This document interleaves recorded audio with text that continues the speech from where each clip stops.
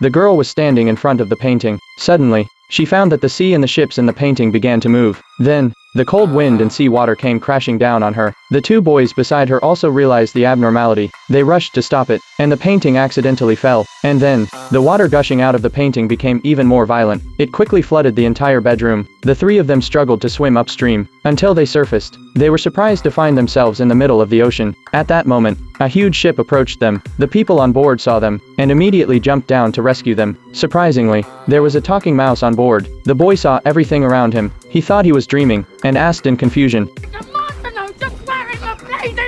You're on the Dawn Treader, the finest ship in Narnia's navy.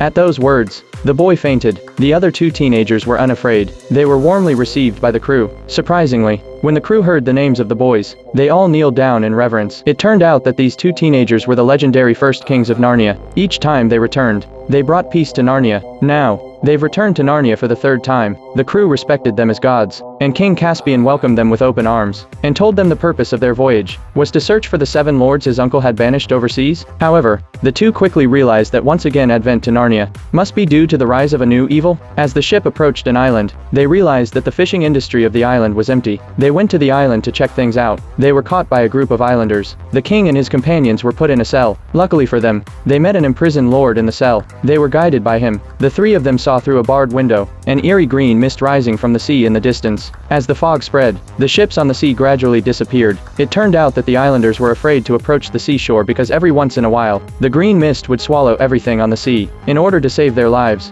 the islanders would regularly sacrifice their belongings to the fog. After hearing this, the king and his companions decided they must reveal the source of the evil behind the fog to save their people and keep the peace in Narnia.